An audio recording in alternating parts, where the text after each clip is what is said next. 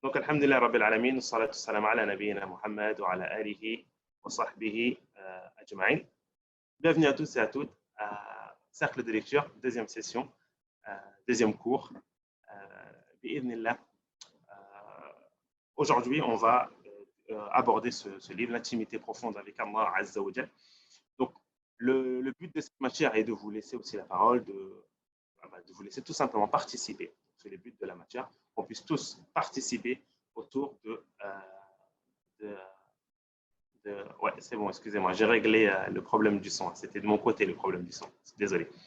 Qu'on puisse tous participer et partager ces moments intenses qu'on a pu voir durant cette lecture. Alors, la semaine dernière, où il y a un peu plus d'une semaine, on a fait une introduction sur cette matière et on a présenté cette matière avant tout. C'est une matière qui est gratuite, accès à tout le monde. On a cette matière cercle de lecture. On a aussi une deuxième matière qui s'appelle Speed Fiqh, où vous avez la possibilité de poser vos questions et je me ferai un plaisir d'y répondre.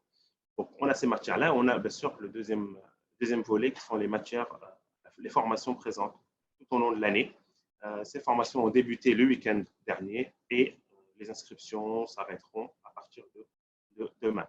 D'ailleurs, au passage, on vous invite ce soir à une rencontre inédite avec l'ensemble de l'équipe pédagogique de MyDars. Donc, cette rencontre aura lieu ce soir à 21h15. On vous invite bien sûr tous à y participer.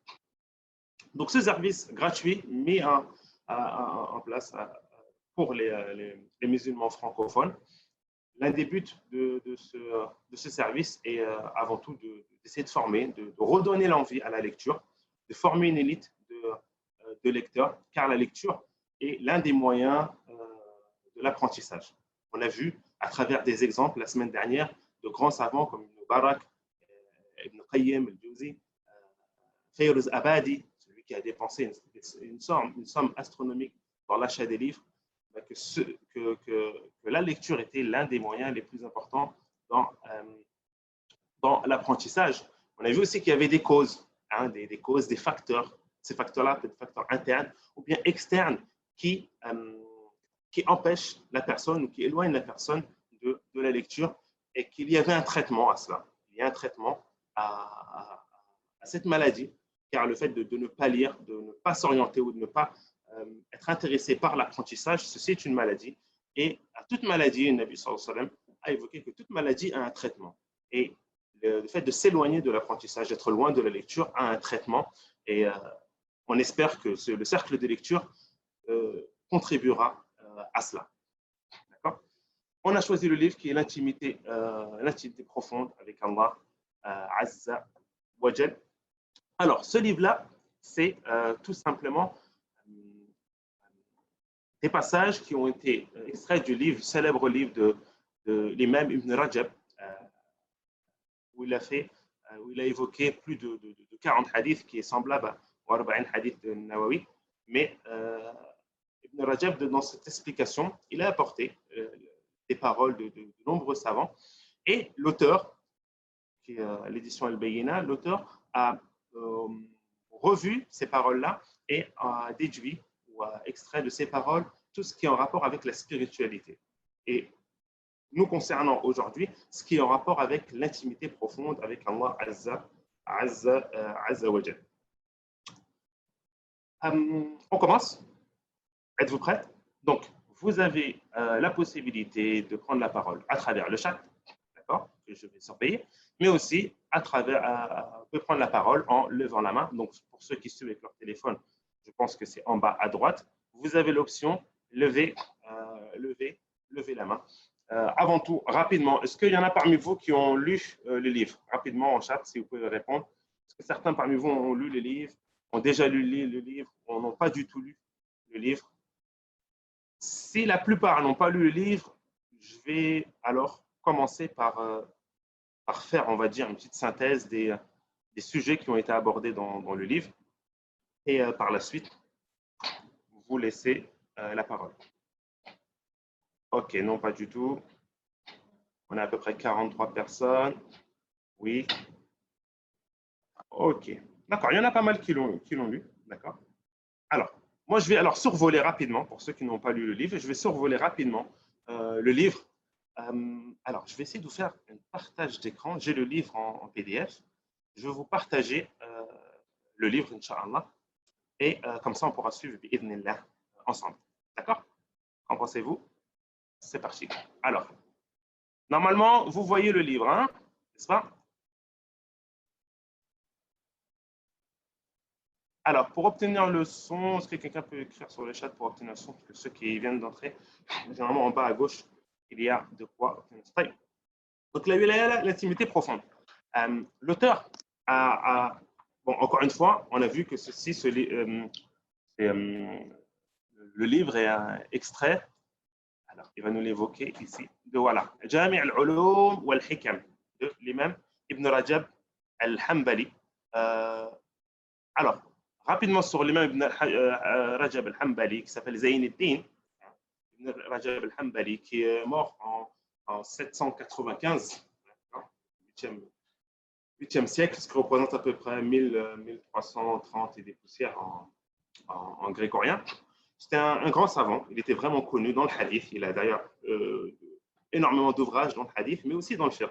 C'était une personne connue dans le fiqh, dans le madhab al-Hanbali, et il a de nombreux ouvrages par rapport à cela.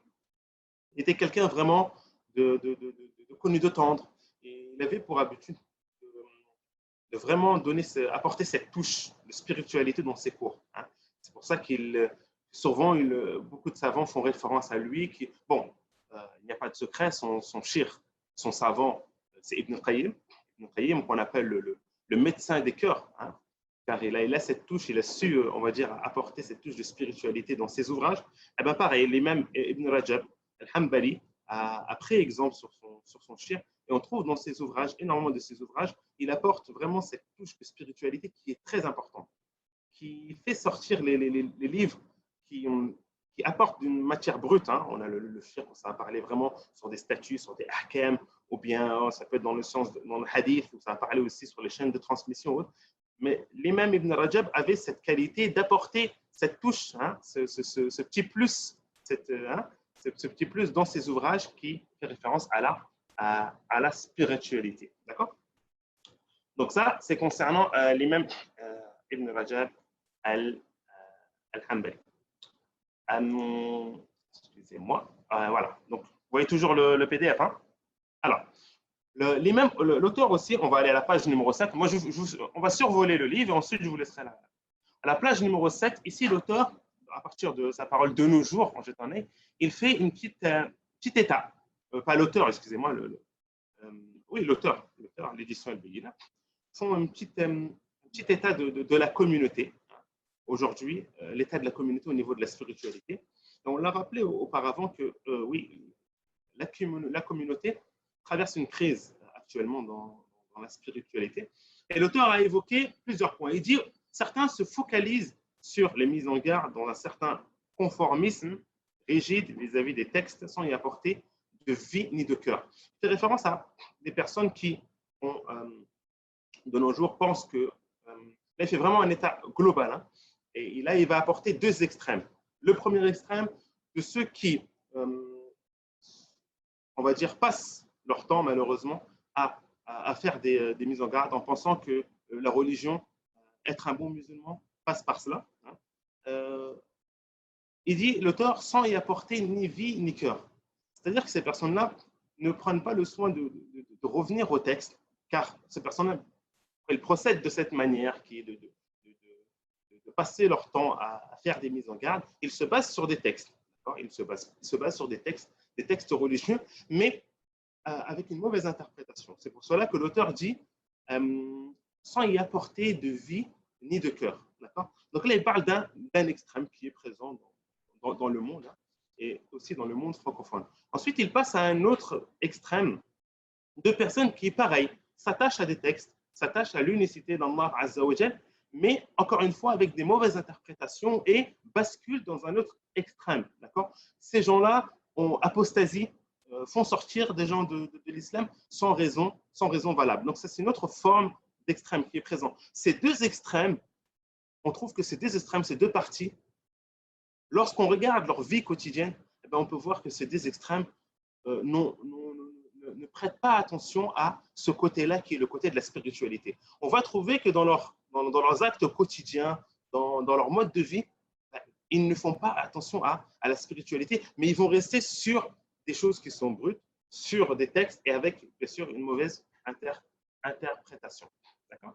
Donc là, il fait état. Ensuite, on a d'autres qui font donc on a aussi une autre forme d'extrémisme, on peut dire, ceux qui font preuve de laxisme, hein, en s'alarmant en matière religieuse. Un laxisme total. Ils ne prêtent pas attention tout simplement à leur religion. Donc ça, c'est un premier état que fait l'auteur de la communauté. Ensuite, l'auteur continue, je vais faire voir à la page numéro 11, où il fait une sorte de parabole, d'accord, où il dit, à la fin de ce paragraphe, si la spiritualité, excusez-moi, était une machine, hein, sa fonction serait alors de rendre le musulman meilleur jusqu'à lui faire atteindre le plus haut stade de la foi.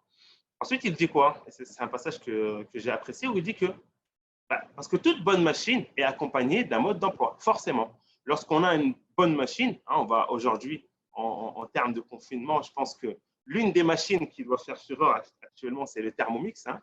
Donc, c'est une machine connue de tout le monde, présente dans quasiment tous les domiciles. Eh ben, cette bonne machine a forcément un bon guide, hein, une revue où on va consulter pour savoir comment cette machine marche. Eh ben, l'auteur nous fait référence à quoi? Il nous fait référence tout simplement au prophète sallallahu alayhi wa sallam, qui est tout simplement le meilleur des guides. Ça, c'est un des passages que j'ai apprécié. On continue toujours. Il fait référence aussi alors, qu'est-ce que j'ai noté encore une fois? Oui, lorsqu'il parle de al-wilaya, le sujet.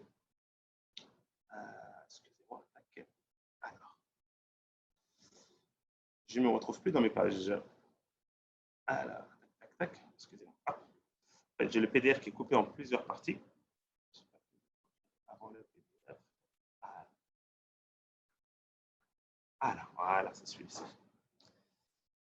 Je vous repartage l'écran. On va procéder par étapes, sinon je vais vous écouter si vous avez des questions ou des interventions concernant à la première partie qu'on a évoquée, c'est-à-dire jusqu'à la page à peu près, jusqu'à la page 15. Est-ce que vous avez des passages à nous faire partager? On vous écoute. Voilà. Excusez-moi. On vous écoute pour les 15 premières pages. Pour ceux qui viennent nous rejoindre, excusez-moi. Yahya a levé la main. On va te donner la parole. C'est parti. Yahya, tu peux parler. Yahya, bah, tu peux parler. D'accord. Ouais. Yahya, on t'écoute. Abdallah, c'était pour le son tout à l'heure. Ah, d'accord. Ok, d'accord. Ok.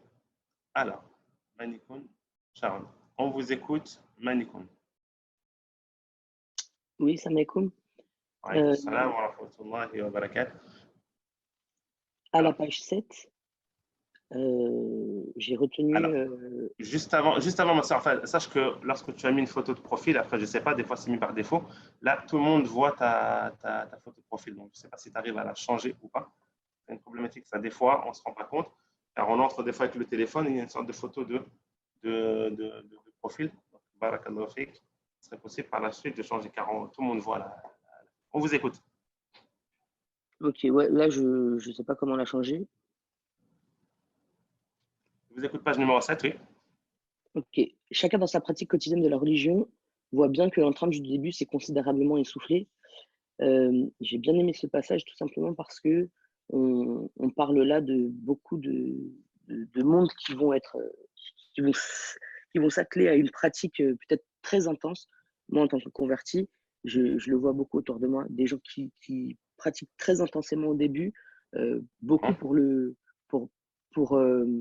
les actes soient vus. D'ailleurs, on en parle un petit peu plus tard dans le livre. Et c'est vrai que cet essoufflement, il arrive très vite, alors que la douceur et le rythme moins long et mieux. Ahsant, barakallahu fik pour ce partage. Effectivement, ça, c'est quelque chose qu'on trouve au début, que beaucoup de gens, que ce soit, c'est pas forcément que les convertis, hein, ça peut être des personnes aussi qui sont revenues à Allah Azza wa Jal.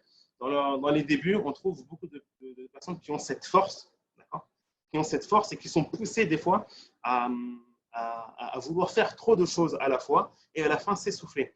C'est pour ça que le Nabi sallallahu alayhi wa sallam nous a fait part dans un hadith de 3 personnes qui étaient venues voir l'une des femmes du prophète sallallahu alayhi wa sallam pour interroger la femme sur la pratique du prophète sallallahu alayhi wa sallam. Car ces personnes pensaient que le prophète sallallahu alayhi wa sallam, il n'avait d'autre pratique que l'adoration. Il passait son temps 24 heures sur 24 à adorer Allah. Donc lorsque la femme du prophète sallallahu alayhi wa sallam leur a tout simplement exposé le planning du prophète sallallahu alayhi wa sallam, ces personnes كأنهم تقالوا, comme il est venu dans le hadith, ces personnes, c'est comme s'ils avaient, entre guillemets, ils ont diminué, ils ont dit le prophète sallallahu alayhi wa sallam, à qui Allah Azza wa Jalla a pardonné ses péchés, il fait ses actions qui pour eux, à leurs yeux, ne sont pas nombreuses. Ben, que dire de nous? Donc ces personnes, une de ces personnes a dit, ben moi je vais jeûner tout le temps. L'autre a dit, je n'épouserai pas les femmes. Et une personne a dit, ben moi je prierai toute la nuit. Et Nabi sallallahu alayhi wa sallam, lorsqu'il a entendu ces paroles, car c'est une forme, ces personnes ont été poussées encore une fois à vouloir, avec une bonne intention, à vouloir faire des bonnes adorations, mais cette intention-là les a poussées vers un extrême.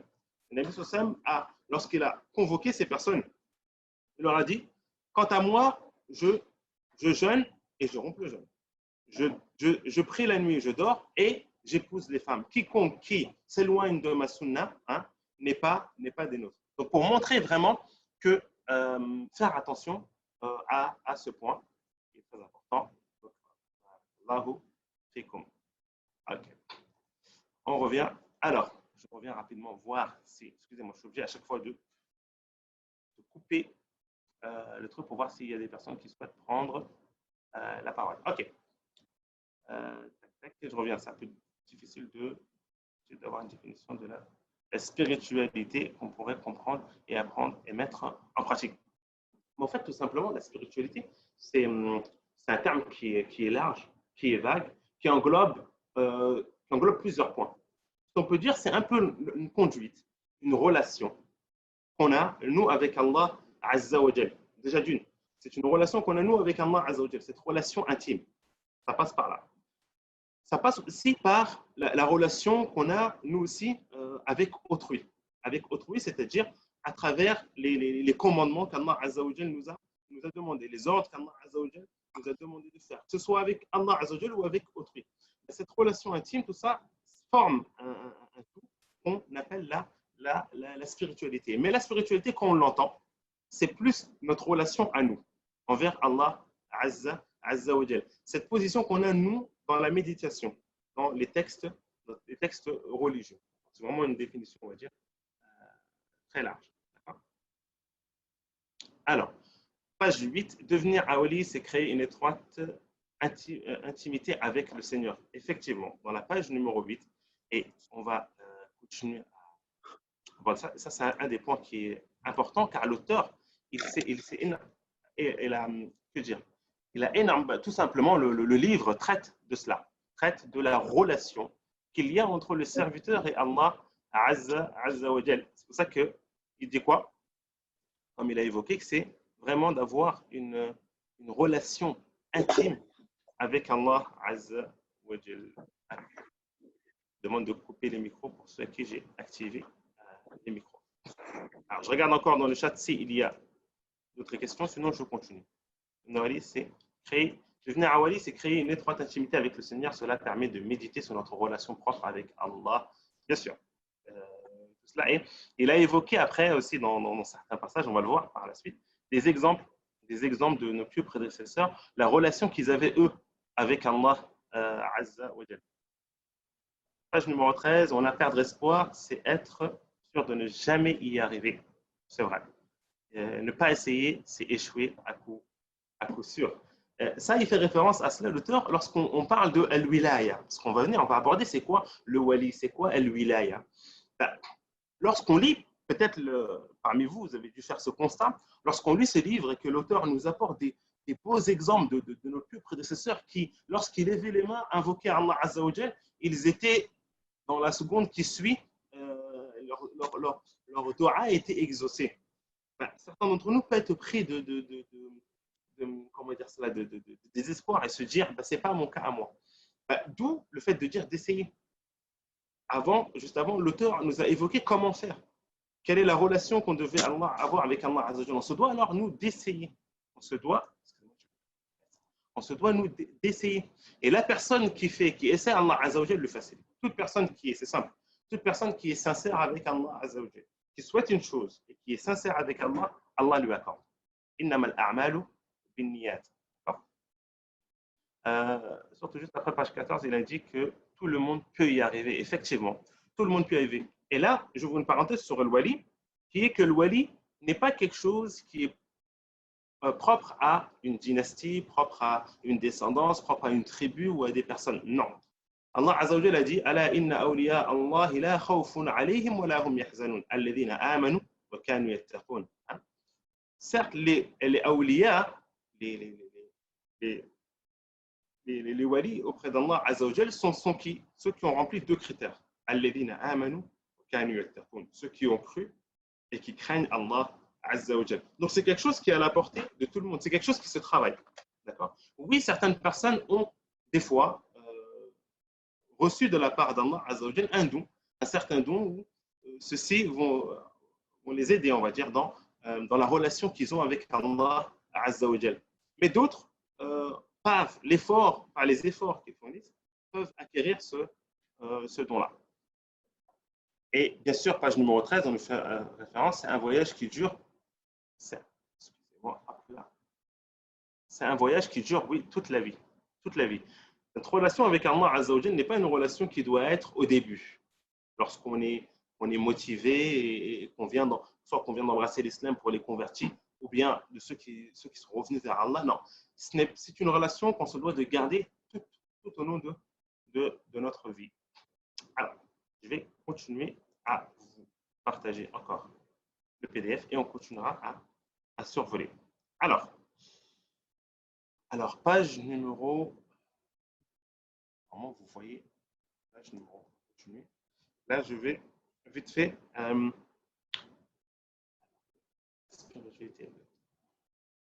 je venais lorsque l'auteur il a abordé l'enseignement divin. Là, à savoir que ce livre tourne autour de l'explication d'un hadith.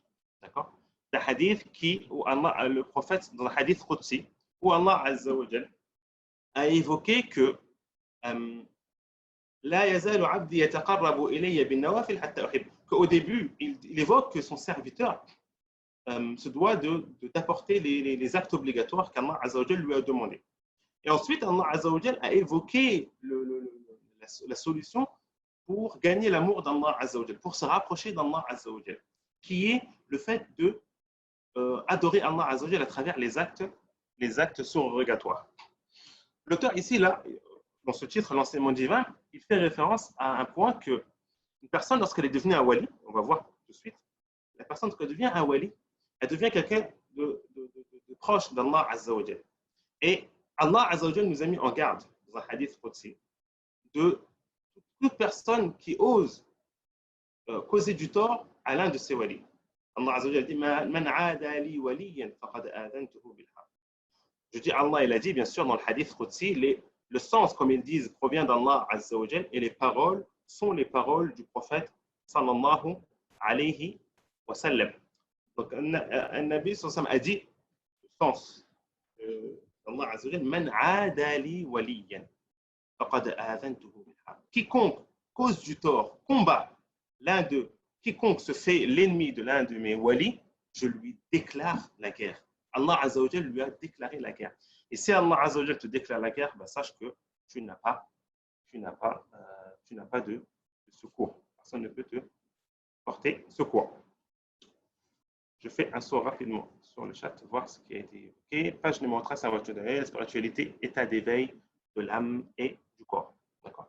Bien sûr, n'hésitez pas à manger ces deux. Voilà. Si vous souhaitez prendre la parole, n'hésitez pas à lever à lever la main. D'accord? Alors, ensuite, dans l'autre passage, je pense que vous voyez toujours le PDF. Alors, là, il nous donne le wali. Qui est le wali? Encore une fois, le wali est le croyant pieux et vertueux qui accomplit ce qu'Allah lui ordonne. Premier point, il accomplit ce qu'Allah lui ordonne. Délaisse ce qui lui interdit. Délaisse les interdits, se prive d'une partie de ce qu'il lui autorise. Là, il fait référence, mes très chers frères et sœurs, à, comme il a évoqué dans la notation, à ce qu'on appelle le zuhd. Ce qu'on appelle le zuhd. Le zuhd est le fait de se contenter du minimum de ce bas monde. De ce fait, la personne se prive de certaines choses. Il continue, il dit, il fait patience à ce qui lui destine. Pareil, le wali est celui qui s'arme de patience. Il est aimé par Allah et Allah est son bien-aimé. Donc là, il a donné une définition générale du wali. Donc le wali est celui qui fait les obligations, ce qu'Allah Azza wa Jalla lui demande, s'éloigne des péchés, d'accord, s'arme de patience et il a un comportement, le wali, dans ce bas monde qui est le comportement de ce qu'on appelle le zuhd. Ils sont contents d'un minimum dans ce bas monde. Alors, page numéro 13, c'est un travail tout au long de notre vie. Parfois, on se fatigue et on se trompe de route, mais ça pense à nous aider à avancer et recharger les batteries et jamais abandonner. Encore une fois, oui, ça fait référence à le fait de ne pas baisser les bras. Bien sûr, on se doit de ne jamais abandonner. Et c'est avec les efforts qu'on acquiert, Inch'Allah, besoin de mot de passe. Non, il n'y a pas de mot de passe pour accéder normalement à ça. Non, on continue. Un des passages aussi que j'ai apprécié, qui est à la page 19, où l'auteur, je survole encore une fois, s'il y a des passages, n'hésitez pas, où l'auteur évoque que, page 19, si je ne me trompe pas, ouais. Alors, et il fait référence à celui qui commet des péchés. Le fait de commettre des péchés est comme si la personne déclarait la guerre à Allah Azza wa Jal. Pourquoi? Parce que le fait de commettre des péchés est tout simplement ne pas se référer à ce qu'Allah Azza wa Jal nous a demandé. On a vu que le wali est celui qui fait les obligations et qui s'éloigne des péchés. Donc l'auteur a évoqué dans un passage que celui qui commet des péchés, c'est comme si il déclarait, ça s'est dit après avoir suivi ça, que la haine, excusez-moi, je me reformule, que celui qui a de la haine contre les walis, excusez-moi, je reformule, que celui qui a de la haine contre les walis, c'est comme une forme, comme une déclaration de guerre contre lui, et Allah Azza wa Jal a évoqué que celui qui cause un tort à ses walis, c'est comme s'il avait déclaré la guerre. D'accord? Alors, j'ai entendu cette définition pour la spiritualité, c'est de faire vivre, méditer et mettre en pratique chaque point de la croyance et de l'adoration dans sa vie. C'est correct. Cette définition-là est correcte dans la spiritualité. Et c'est important. Cette définition-là, elle est bien. Le fait de faire vivre, méditer. Alors, vivre, pourquoi? Parce qu'on a tendance à lire des choses, prendre connaissance de choses, mais de ne pas les mettre en pratique. Si on ne met pas en pratique ces choses-là qu'on a lues, qu'on a vues, qu'on a acquis, ce n'est pas vivre une spiritualité, bien au contraire. Encore une fois, le fait de jongler entre le chat et ça. Vous pouvez expliquer la page 19 que vous avez citée. La page 19 est là. La page 19, ce que j'ai évoqué là, un instant, c'est qu'il évoque quoi? C'est pour exemple là, l'auteur donnait un exemple de quand Allah Azza wa Jal, il déclare la guerre à une personne. Sachez qu'Allah Azza wa Jal l'a dit dans Surat Baqarah, pour ceux qui consomment l'usure, l'intérêt, pour ceux qui ne délaissent pas le riba, Allah Azza wa Jal a dit préparez-vous à une guerre. Ibn Abbas dit dans le tafsir de ce verset, on dira à cette personne, celui qui fait le riba, le jour du jugement, on lui dira tiens, prends tes armes et va combattre Allah Azza wa Jal. Donc, l'auteur a évoqué que c'est la même chose pour le wali, que celui qui a de la haine contre un des walis d'Allah Azza wa Jal, d'accord? Eh ben, c'est comme s'il déclarait la guerre à Allah Azza wa Jal. Car avoir de la haine et causer du tort à ce wali. Et dans le hadith al-Qudsi, il a rapporté que man adali waliyan faqad adantuhu bil harb. Quiconque qui cause un tort à un de mes walis, je lui déclare la guerre. Bien sûr, le fait de faire les actes surrogatoires est l'un des moyens qui nous rapproche d'Allah et de gagner cette wilaya. On va le voir par la suite. Ensuite, à la page 22, il a parlé de quoi? À la page 22, il a parlé de quoi? Voilà. Lorsqu'il parle des walis, il dit quoi? On apprend que les walis d'Allah évoluent sur deux niveaux. Donc, les walis, ils n'ont pas tous le même niveau. Ils ont deux niveaux. On a le premier niveau, d'accord? Ceux qui s'approchent d'Allah Azza wa Jal en accomplissant les injonctions, c'est-à-dire les obligations, d'accord? Il s'agit de ceux qui œuvrent dans une voie moyenne, mustaqim. Ces deux étapes font référence, mes très chers frères et sœurs, à ce qu'Allah Azza wa Jal a évoqué dans Surat Fatir, d'accord? La Surat 35, le verset numéro 2, lorsqu'Allah Azza wa Jal dit فَمِنْهُمْ, lorsqu'il évoque les catégories des serviteurs, فَمِنْهُمْ ظَالِمٌ لِنَفْسِهِ وَمِنْهُمْ مُقْتَصِدٌ وَمِنْهُمْ سَابِقٌ بِالْخَيْرَاتِ بِإِذْنِ اللَّهِ. Allah Azza wa Jal a évoqué les trois. Ceux qui sont ظَالِمٌ لِنَفْسِهِ. Donc, eux n'ont pas atteint le degré de wilaya. On ne parle pas d'eux aujourd'hui. Nous, on va s'intéresser aux deux. فَمِنْهُمْ ظَالِمٌ لِنَفْسِهِ فَمِنْهُمْ مُقْتَصِدٌ. Muqtasid, c'est celui-ci. Celui qui œuvre dans une voie moyenne. Le premier niveau. Ceux qui œuvrent dans une voie moyenne. Et l'auteur, il évoque, d'accord, gens de la droite, ils sont alliés d'Allah Azza wa Jal parce qu'ils accomplissent les meilleures œuvres. Donc ça, c'est le premier cas. La Surat Fatir, la Surat 35, verset numéro 32. Ensuite, on a le deuxième cas des walis, d'accord, qui est en page 25. Il dit, les walis du second niveau, ce sont les devanciers. Sabiqoun. Eux, après avoir respecté les injonctions divines, les obligations, ils se rapprochent d'Allah Azza wa Jal en accomplissant avec diligence les actes surrogatoires. Et c'est cette étape, c'est ce degré-là qui est le degré le plus haut. C'est le degré le plus haut. Surat Fatir, verset 35. Avez-vous des choses à évoquer jusqu'à la page, on arrive à quelle page? Jusqu'à la page 25. Y a-t-il des passages, des choses que vous n'avez pas compris, des passages qui que vous avez appréciés, que vous souhaitez prendre la parole? On est à vous et vous avez la possibilité de prendre la parole. Je suis en train de regarder, moi, dans le chat et ceux qui souhaitent prendre la parole. OK. Allez, on continue.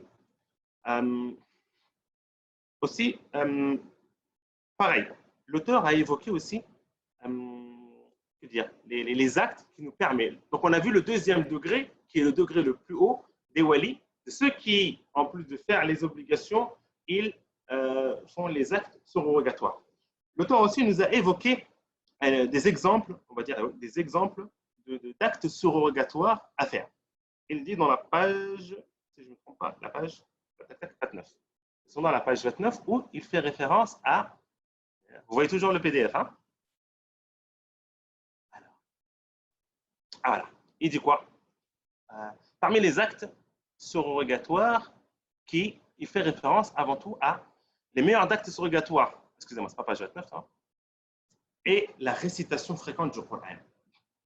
Il a mis en premier lieu, numéro 1, la récitation fréquente du Coran. Alors, encore une fois, quand on parle de récitation, on ne parle pas de la simple récitation, d'accord? Même si le fait de réciter le Coran, excusez-moi, c'est une adoration, c'est une forme d'invocation. Là, on parle du fait de réciter, d'invoquer Allah, mais avant tout, comme il a dit, son écoute avec réflexion, méditation et compréhension. Ça, c'est l'un des points, l'un des actes surrogatoires qui permettra aux serviteurs d'atteindre le degré, le deuxième niveau, qui est le niveau des sabiqoun. La méditation dans le Coran, de se rapprocher d'Allah Azza wa Jal, et ensuite il évoque l'auteur quelques ouvrages, comme là on a le passage avec Abu Yaqub, où il demande à l'un de ses disciples, mémorises-tu le Coran? Le disciple répondit non. D'accord? Il s'étonna, il dit qu'Allah vienne à ton secours Pourquoi? Parce qu'il voit que c'est une forme de perdition. Une personne qui ne mémorise pas le Coran, d'accord, bon, là, il parle de l'un de ses disciples, donc l'un de ses étudiants, on va dire un autre niveau, il se doit de maîtriser et de mémoriser le Coran. Mais là, Abu Ya'qub fait plus référence à la méditation et méditer ce qu'il y a dans le Coran. D'accord? Il dit quoi? Comment converse-t-il avec son Seigneur? Personne qui ne médite pas son Coran, qui ne lit pas le Coran, comment peut-il méditer avec Allah Azzawajal? Comment peut-il avoir ce lien, cette intimité profonde avec Allah? Tu ne peux pas avoir une intimité profonde si tu ne lis pas le Coran. Est-ce que le wali est au-dessus du muhsin? Très bonne question. Posez une très bonne question. On a les différents degrés, d'accord, que le prophète sallallahu alayhi wa sallam a évoqué dans le hadith de Jibril. On a l'islam, l'iman ou l'ihsan. D'accord. On a l'islam, l'iman ou l'ihsan. L'islam qui est, entre guillemets, le degré le plus bas et le degré que chaque musulman, bien sûr, se doit d'avoir, qui est la personne qui aura rempli les conditions de la croyance ainsi que les 5 piliers de l'islam. Ensuite, on a le deuxième degré, qui est le degré de la croyance qui, bien sûr, la personne aura rempli les différentes branches, voilà, les différentes branches de la croyance. Ensuite, on a l'ihsan, qui est le plus haut degré. D'adorer Allah comme si tu le voyais. Et si certes tu ne le vois pas, lui, il te voit. Donc ça, c'est le degré le plus haut. Est-ce que être un wali, c'est un degré qui est au-dessus de l'ihsan? On dit non, ça, c'est une autre, ça n'a rien à voir, c'est une autre fenêtre.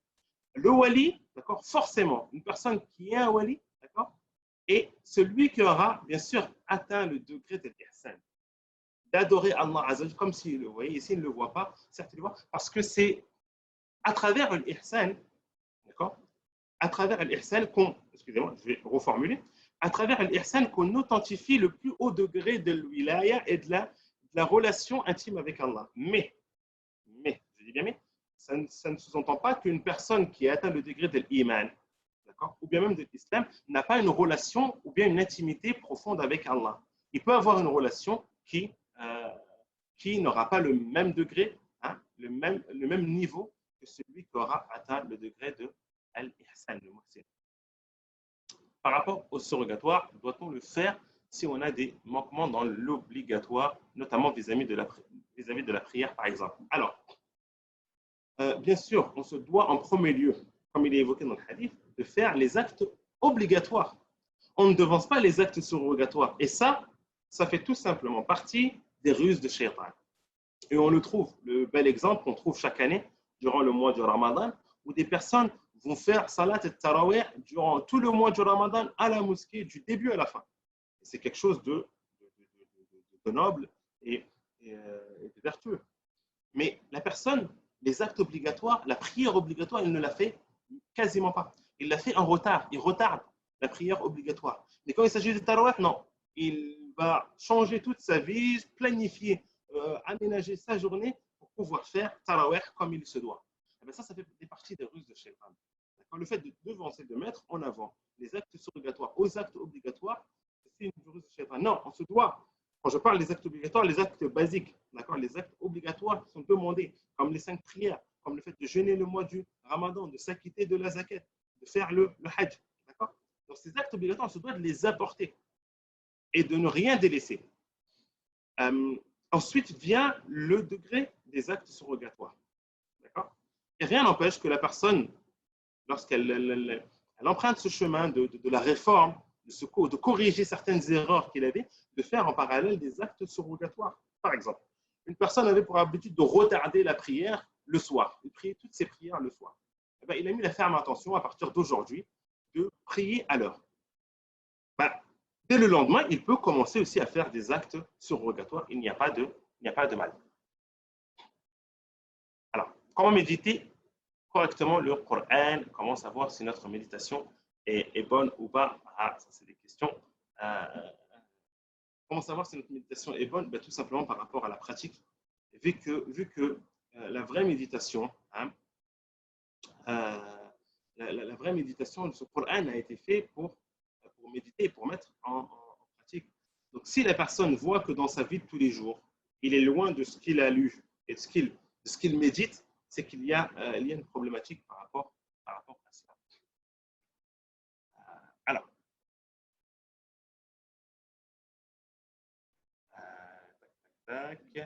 alors, je continue, ensuite je reviens au chat. Excusez-moi, je n'ai pas vu s'il y a des personnes qui souhaitaient prendre la parole.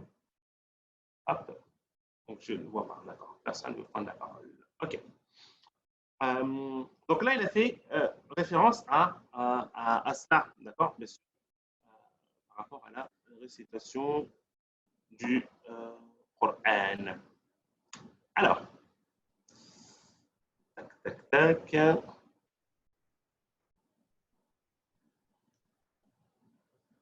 Alors, ensuite, il parle aussi de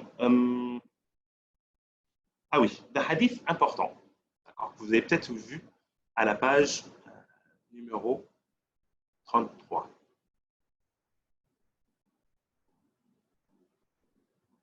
Alors, Hassan, à la page. Alors. En fait, là, il fait l'explication du hadith. Lorsqu'Allah Azza wa Jal, il dit que. On va l'évoquer peut-être par la suite. Alors, quand la personne, celui qui aura fait les actes surrogatoires et se rapprocher d'Allah, il deviendra. Allah Azza wa Jal a dit, je suis son nuit par laquelle il entend, sa vue par laquelle il voit, sa main par laquelle il saisit et son pied par laquelle il marche. D'accord? L'auteur nous a évoqué quelle est la signification de cela. Lorsqu'il dit qu'il est son nuit par laquelle il entend, sa vue par laquelle il voit, tout simplement pour faire référence à cette relation intime. Il dit quoi?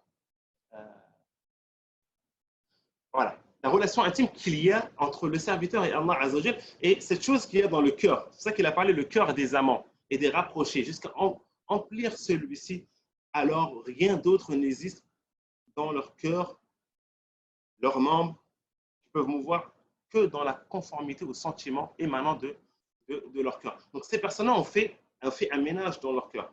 Ils se sont dévoués, ils ont eu un amour. Cette relation qu'ils ont avec Allah Azza wa Jal, c'est pour ça qu'il les a appelés le cœur des amants. Hein. Ces personnes-là sont tombées, entre guillemets, fous amoureux de leur Seigneur. Ce qui les pousse à avoir cette relation intime, les pousse à mettre en place ces actions. D'accord? C'est ça qu'il dit l'auteur. Le serviteur qui atteint ce stade ne trouve qu'Allah dans son cœur. Eh bien, s'il trouve qu'Allah dans son cœur, son but est de le connaître, de l'aimer, de l'évoquer. C'est pourquoi les vrais connaisseurs disent prenez garde à lui, car il est jaloux, il n'aime pas voir dans le cœur de son serviteur la présence d'autre que lui. Allah Azza wa Jal veut que dans notre cœur, il y ait uniquement son amour, l'amour pour lui. Eh bien, quand la personne, dans son cœur, elle ne trouve que l'amour d'Allah, eh bien, ça c'est l'explication du hadith. Allah devient quoi? Il devient son nuit par laquelle il entend, sa vue par laquelle il voit, sa main par laquelle il saisit son pied, par laquelle il marche. Allah Azza wa Jal lui porte secours au quotidien à cette personne et cette personne devient un vrai wali.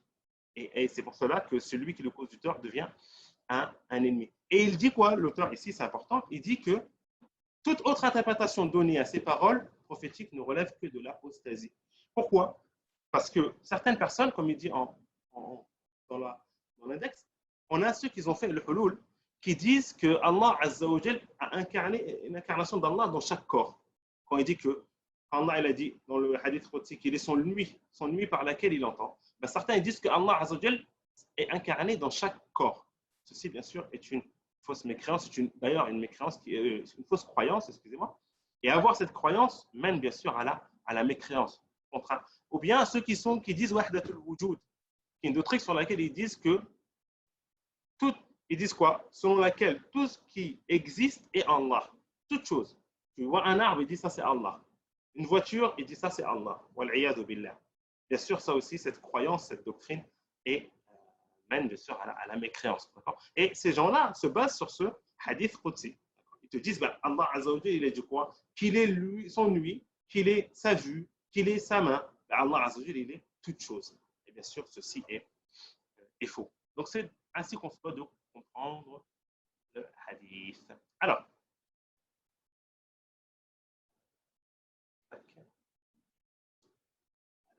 je continue. Alors, on dit quoi dans le chat? Les hadiths font-ils partie de la révélation? Je n'ai pas bien compris la différence entre hadith et Qudsi.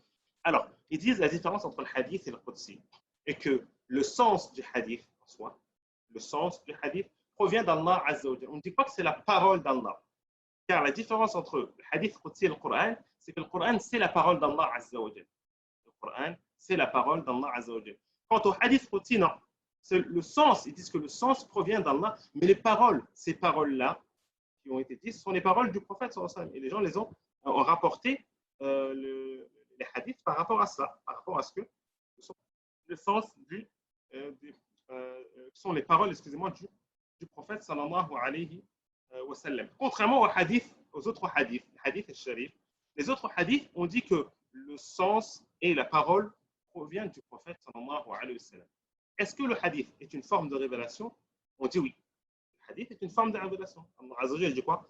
وَمَا يَنْتِقُ عَنِ الْهَوَى إِنْ هُوَ إِلَّا وَحْيٌ يُوحَى. Il ne prononce rien sous l'effet de la passion, mais c'est une révélation. Il reçoit une révélation.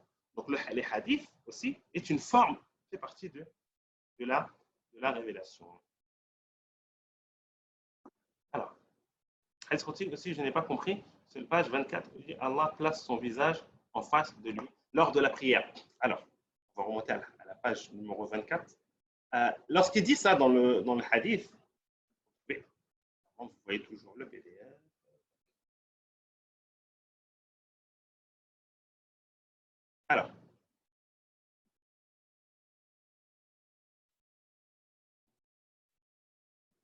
Alors, il dit quoi? Lorsque l'un de vous prie, il discute en fait avec son Seigneur. En fait, là, l'auteur est en train de nous évoquer l'étroite relation qu'il y a avec le serviteur et la prière. Car lorsqu'on est en prière, on est en relation avec Allah Azza wa Jalla. C'est pour cela que lorsqu'on dit Alhamdulillahi Rabbil Alamin, qu'est-ce qu'il dit Allah Azza wa Jalla? Il ne répond pas, il dit Hamidani Abdi, que mon serviteur m'a fait des louanges. Donc c'est un échange qu'il y a entre nous et Allah Azza wa Jalla. Quand on arrive, on dit Iyyaka na'budu wa iyyaka nasta'in. Allah Azza wa Jalla dit quoi? Il dit Hada bayni wa bayna abdi wa li abdi mas'al. Ça, c'est ce qui est entre moi et mon serviteur. Parce que Iyyaka na'budu wa iyyaka nasta'in, c'est là tout on va dire le zeste de Surat al-Fatiha. Et l'imam Ibn Qayyim, dans son ouvrage, il a fait un ouvrage complet sur Iyyaka na'budu wa iyyaka nasta'in, et il évoque que tout le Coran revient même à cette parole-là. Car c'est le passage, on va dire, l'un des passages les plus importants. Et bien à ce moment-là, Allah Azza wa Jalla dit quoi? Wa li abdi mas'al. J'accorde à mon serviteur ce qu'il demande. Donc la prière, c'est une relation qu'il y a entre nous et Allah Azza wa Jal. Donc on est face à Allah Azza wa Jal. Quand je dis ça, qu'on est face à Allah Azza wa Jal, bien sûr, il y a des points importants à rappeler au niveau de la croyance, qui est que Allah Azza wa Jal s'est établi sur son trône. Ar-Rahman ala al-Arsh istawa. Allah Azza wa Jal s'est établi sur son trône. Allah Azza wa Jal, il n'est pas de son essence, il n'est pas partout. Quand il n'est pas partout, je parle au niveau de ce qu'on dit al-Dhat, d'accord, de lui, de sa personne, si on peut dire ça. D'accord? Mais il est partout de par sa science. قال لا تخافا إنني معكما أسمع وأرى. Azza wa Jalla a dit à Moussa et à Haroun, n'ayez pas peur, je suis avec vous, j'entends et je vois. Donc Allah Azza wa Jalla, il est avec nous de par sa science, avec nous dans chaque moment. Donc la personne qui prie, elle est face à Allah Azza wa Jalla et elle se dirige vers Allah Azza wa Jalla. Et dans ce hadith-là, bien sûr, il y a ce qu'on appelle Ithbat al-Wajh. On affirme que Allah Azza wa Jalla, à travers ce hadith, les savants déduisent qu'on affirme que Allah Azza wa Jalla a un visage. Bon, on ne va pas s'étaler dessus parce que c'est plus en relation avec le dogme, mais lorsqu'on dit qu'Allah Azza wa Jalla a un visage, bien sûr, c'est sans faire de comparaison, ni entrer dans le comment, ni d'interprétation, ni de réfuter ce nom-là, cet aspect. D'accord? Donc ça veut dire cela. Lorsque la personne serviteur est dans la prière, il est en relation avec Allah Azza wa Jal. Alors, donc par rapport à ça, on continue. Je continue toujours à survoler le livre. Alors, ensuite, il nous a donné à la page numéro. Je jongle avec à la page numéro. Je saute. Hein. S'il y a des passages avant cela, n'hésitez pas à nous faire partager, hein, pour ceux qui ont lu le livre, faire partager, ou bien je regarde s'il y en a qui veulent prendre la parole, ou bien ceux qui souhaitent prendre la parole, n'hésitez pas à nous faire partager ces moments que vous. Alors, voilà. Alors, là, ensuite, l'auteur a apporté des exemples de comment on appelle ça, de awliya, qui le résultat, si on peut dire, le résultat de cette intimité profonde qu'on a avec Allah Azzawajal, c'est que Allah Azzawajal exauce nos invocations. D'accord? Et là, il nous voit, je vous arrête, il y a plein d'exemples. Hein.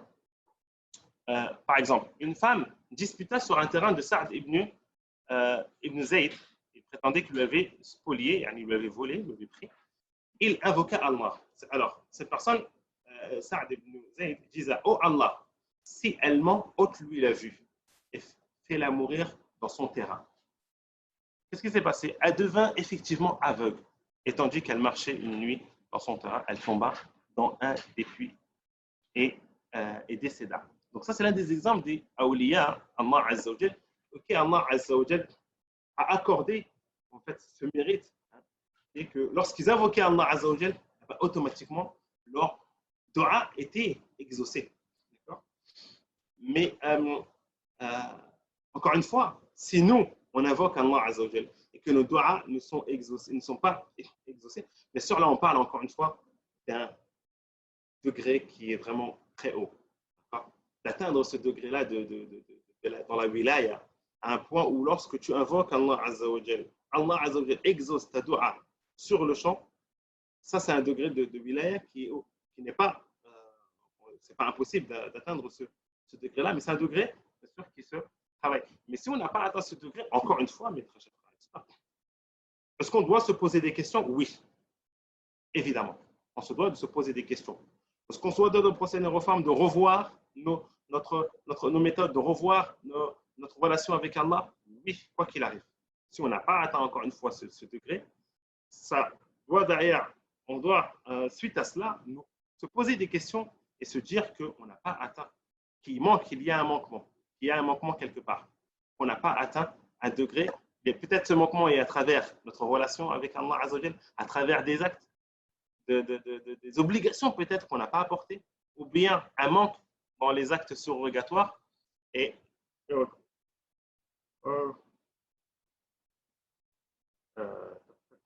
là, il a donné ensuite plein d'exemples, hein, de, comme elle a dit, de tels récits sont nombreux. On citait davantage, ne ferait que tirer longueur.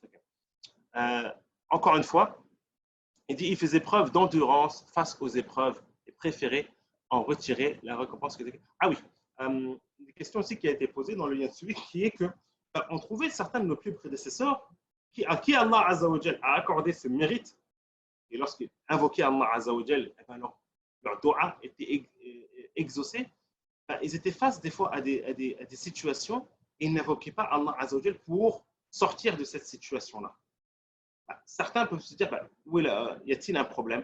Eux, ils faisaient ça pourquoi? Tout simplement par zod et pour gagner la récompense de la patience et avant tout de se remettre à Allah Azza wa Jal. Ils se disent que si Allah Azza wa Jal m'a accordé, m'a éprouvé par cette épreuve, c'est que je le mérite et que je peux surmonter cette épreuve et que je me dois de patienter dans cette épreuve.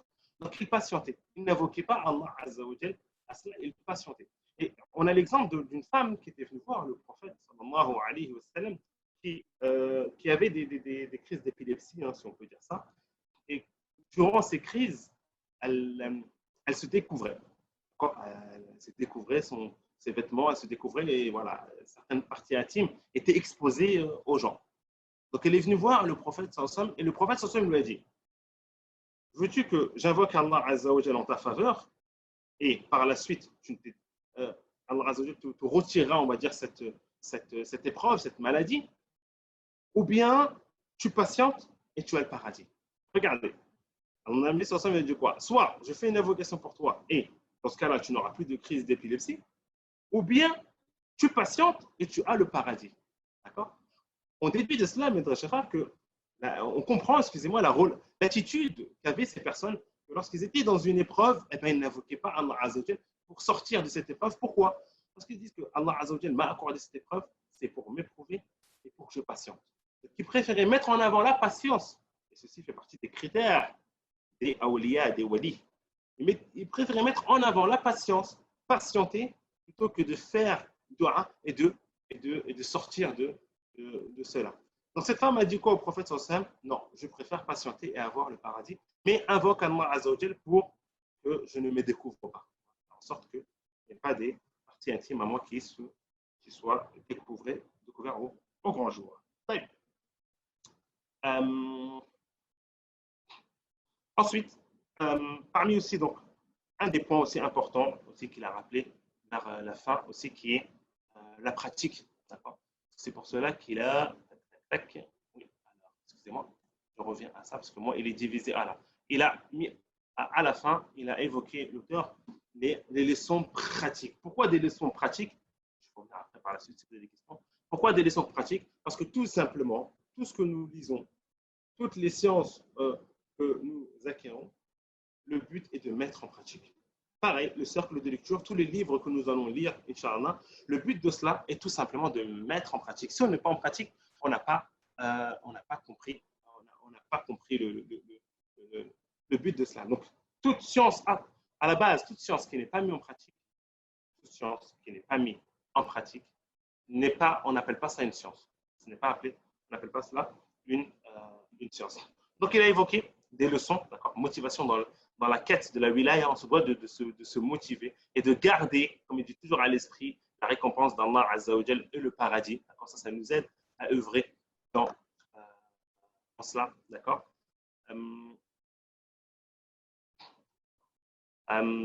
Ensuite, la deuxième leçon, un exemple de cheminement. Donc, il y a un cheminement, on a un cheminement à mettre en pratique si on souhaite atteindre ce degré, avoir cette intimité profonde avec Allah Azza wa Jal. Il y a un cheminement, il faut fournir des efforts pour trouver seul, de s'empresser, comme il dit, se réfugier auprès d'Allah Azza wa Jal.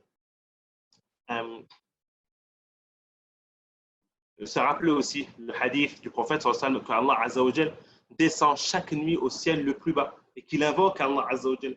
On se doit de se méditer aussi, ces passages, se motiver et essayer de consacrer un temps la nuit, même si c'est quelques minutes, de consacrer un temps la nuit où on s'isole avec Allah Azza wa Jal, avoir un moment intime avec Allah Azza wa Jal, comme j'évoquais auparavant avec certains élèves, d'avoir un secret avec Allah Azza wa Jal. C'est ça, avoir un secret avec Allah Azza wa Jal. Demain, lorsque tu seras face à une problématique, tu pourras invoquer Allah Azza wa Jal et dire, oh Allah, tu sais que par exemple, j'avais pour habitude de nourrir des pauvres, de prendre à ma charge des familles, des personnes qui sont dans le détresse et autres. Et ça, c'est un secret que tu as entre toi et Allah Azza wa Jal et que personne d'autre ne connaît. D'accord? Et aussi évoquer d'autres l'expérimentation de l'invocation aussi, pareil, un point très important. Il a évoqué aussi avancement dans la quête.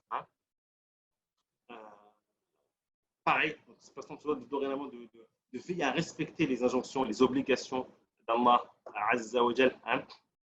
Continuer, persévérer dans la prière de la nuit. D'accord? Et consécration ou épreuve. Pareil, si nous, demain, on se dit qu'on n'a pas atteint ce degré, qu'on n'est pas parmi les awliya, d'accord? Est-ce que c'est une épreuve qu'Allah Azza wa Jal nous a infligée, d'accord? Ou bien est-ce qu'il y a un manquement? Est-ce qu'il y a, on se doit de fournir des efforts, d'accord? Ça, c'est aussi ce qu'il a évoqué, l'auteur. J'espère que vous voyez toujours le PDF. D'accord, un exemple parmi tant d'autres aussi, il a évoqué des exemples. Donc, je vous invite à revenir à ces leçons qu'il a évoquées l'auteur à la fin du livre pour tout simplement, qui est un résumé de tout ce qu'il a évoqué dans le livre. Je reviens rapidement au chat. Et si vous avez des questions ou bien vous souhaitez prendre la parole pour nous faire partager ce que vous avez lu, vous êtes les bienvenus. Alors, je reviens au chat. Alors, où est-ce qu'on est arrivé? Alors, quand on parle de son visage, on ne parle donc. Je ne suis pas arrivé là. Excusez-moi, je remonte. Hein. Allez, on parle donc par son naissance comme lors du dernier tiers de la nuit. Alors, ils disent que dans les noms et attributs d'Allah Azza wa Jalla, on divise en deux parties. Hein. On a, comme ils disent, tout ce qui est Zatiya et tout ce qui est Fi'liya. Zatiya, ce qui est Allah Azza wa Jalla par essence, je crois qu'il traduit comme ça en français, d'accord? Donc, comme les attributs de la miséricorde, par exemple, sont des choses qu'Allah Azza wa Jalla est doté, on va dire, en continu, d'accord?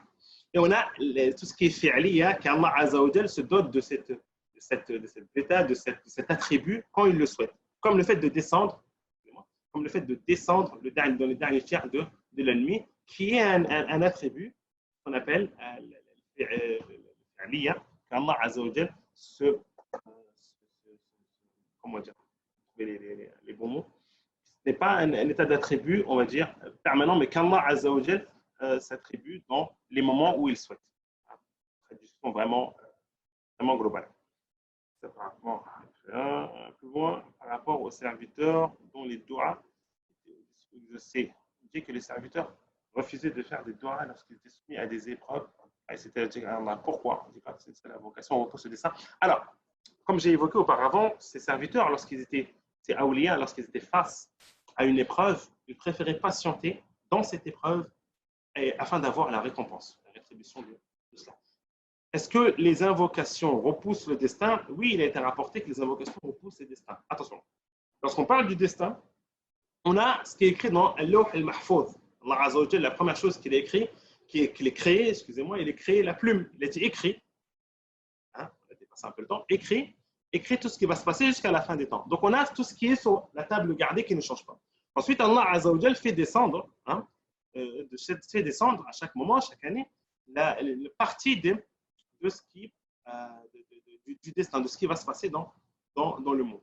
Ad-du'a, mes très chers frères et sœurs, d'où l'importance de faire ad-du'a. Quand on fait ad-du'a, soit Allah Azza wa Jalla nous accorde la chose, ou bien Allah Azza wa Jalla nous repousse un mal, auquel on devait faire face, ou bien il garde cela pour nous récompenser dans l'au-delà, et ça c'est meilleur. D'accord? Donc quand il dit que nous repousser d'un mal qu'on devait avoir, puis ils disent que le serviteur se doit de faire énormément de doigts afin d'être à l'abri et de repousser le mal qu'il devait avoir. Mais ça ne veut pas dire qu'il a changé le destin qui est dans la table gardée. Non, encore une fois. Car c'était écrit dans la table gardée, c'était prédestiné que tu allais faire cette invocation qui allait repousser ce mal. D'accord? Allez. Comment on sait si on a vraiment atteint le statut de l'wilaya? C'est une bonne question, ça. Comment on sait si on a vraiment atteint le statut de l'wilaya? Tout simplement en remémorant ce qu'on a évoqué auparavant. Est-ce que tu sens que tu as cette relation intime avec Allah Azza wa Jal, ce secours qu'Allah Azza wa Jal t'apporte au quotidien, hein? Tes adorations, les adorations que tu fais, les actes surrogatoires que tu fais. Regardez tout cela. Est-ce que vraiment tu es à la page dans ces points-là, dans cela? Et il y a des signes, bien sûr, parce qu'Allah Azza wa Jal accorde forcément des signes à ses serviteurs awliya, qui est de voir le secours qu'Allah Azza wa Jal t'apporte. Le secours qu'Allah Azza wa Jal t'apporte, les bienfaits qu'Allah Azza wa Jal t'accorde au quotidien. Ça, ce sont des signes qui montrent que tu atteins le statut de la wilaya. Voilà ce que je sais. Au plus, Allahu a'lam. Il faut faire une dua contre une personne quand on est énervé suite à une injustice supposée, car ça m'arrive quand je suis énervé. Alors, est-ce qu'on peut faire une dua contre une personne? Alors, oui, on a le droit de faire une dua contre une personne. Le Nabi sallallahu alayhi wa sallam a fait dua contre des membres de Quraysh, bien précis. Et ces personnes-là sont tous morts. Donc, on a le droit de faire des doigts contre des personnes si ces personnes les méritent. Si ces personnes les méritent et s'ils ils ont été injustes. Mais si ces personnes ne le méritent pas, on dit non. Et ça, si une personne qui ne mérite pas, tu fais une doua contre lui, ça rentre dans ce qu'on appelle dans l'excès dans les doigts. Hein, dans l'excès dans les doigts. Donc, tu as le droit de faire une doua contre une personne, même si c'est mieux que tu patientes. Et au contraire, tu fais une doua pour cette personne qu'Allah Azza wa Jal l'améliore et retire ce défaut. Alors, une sœur qui est convertie, qui habite chez ses parents, et ses parents est contrainte sur sa religion, elle a peur de prier et de se faire voir par sa peut-elle prier allongé. Concernant ces personnes-là qui converties sont face à des situations qui sont très, très compliquées, est-ce qu'elle peut prier allongé? La personne, Nabi Sallallahu a évoqué dans le hadith qu'on se doit de prier debout. Si on ne peut pas assis et si on ne peut pas allongé sur le côté. Ça fait référence plus à la personne qui est malade. On dirait la personne qui est convertie, elle essaie de trouver un endroit dans sa chambre, si ça se ferme à clé, sa chambre, c'est l'idéal de prier dans sa chambre, dans un endroit où elle sait que par exemple sa mère ne va pas entrer. Hein. Elle essaie de trouver l'endroit approprié. Dans le cas contraire, si il s'avère qu'elle est dans un moment et elle est avec sa mère, elle n'a pas la possibilité entre guillemets, de s'éclipser, d'aller dans un autre endroit, et que la prière, l'heure de la prière va sortir, dans ce cas-là, on dit à la personne, oui, elle peut prier allongée, car se doit de prier à la prière à l'heure et de ne pas retarder.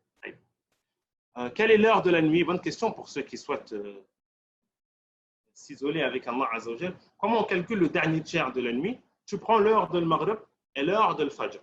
D'accord? Et tu regardes le nombre d'heures qu'il y a. Je dis une bêtise. Le Maghrib, il est à 18h. Le Maghrib, il est à 18h. D'accord?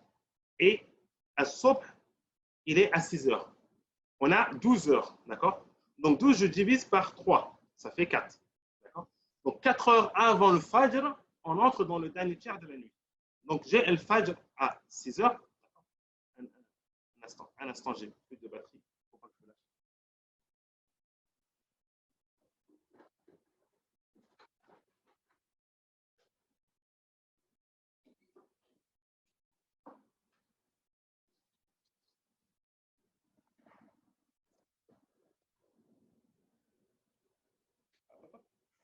Alors, voilà. Donc je disais, donc on regarde, le Fajr Subh, il est à 6h, on avait dit 4 heures, on fait 4 moins 6, à partir de 2 heures du matin, on entre dans le dernier tiers de la nuit, qui est le moment pour invoquer Allah Azza wa Jal.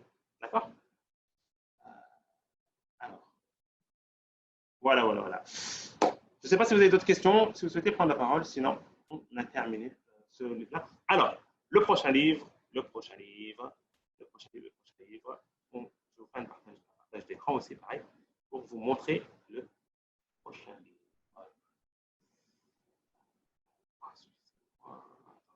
Un instant. Où es-tu, prochain livre? Hop. Ah, voilà. Alors, Inch'Allah, le prochain livre qu'on va aborder, qui sera voilà, la confiance absolue en Allah Azza wa Jal et tawakkul. Donc, on vous laisse d'ici à dimanche le soin et le temps de vous procurer ce livre. Encore une fois, il est présent sur notre site. Vous pouvez aussi vous le procurer, j'ai vu ça dernièrement en e-book aussi. Il est présent. Procurez-vous le livre. À partir de dimanche, on commence et sûrement le dimanche qui suit, c'est pas ce dimanche, le dimanche après, on aura notre troisième séance de cercle de lecture et on débattra autour de ce livre.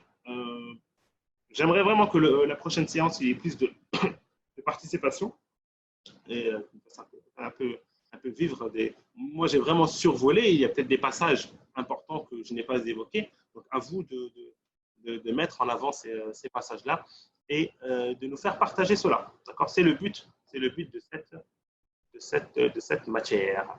D'accord? Donc, le prochain livre, ce sera ça. On vous laisse le temps de vous procurer cela. Excusez-moi, on a un petit problème technique là, dans cette réunion-là.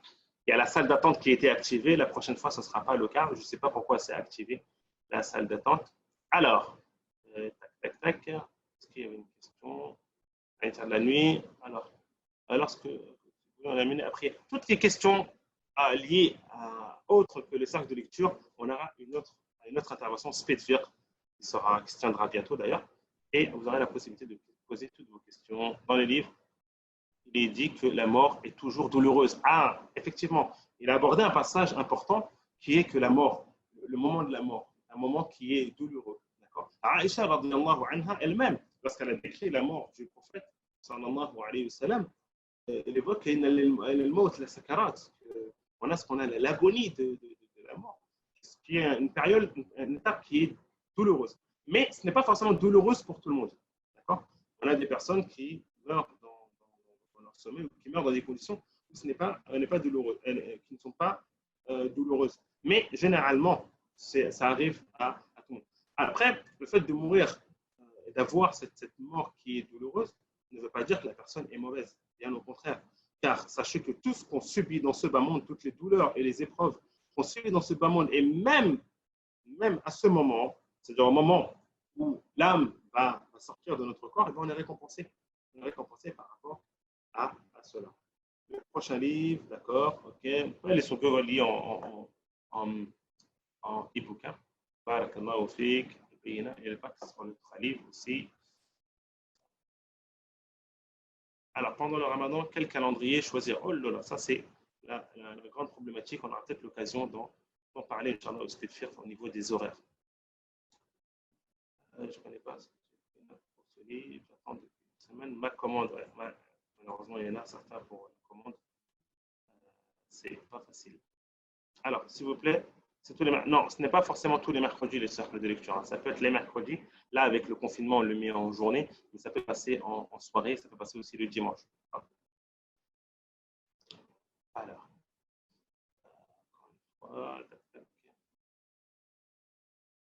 ok, donc des fois, tout ce qui est lieu, encore une fois, je suis en train de voir le chat.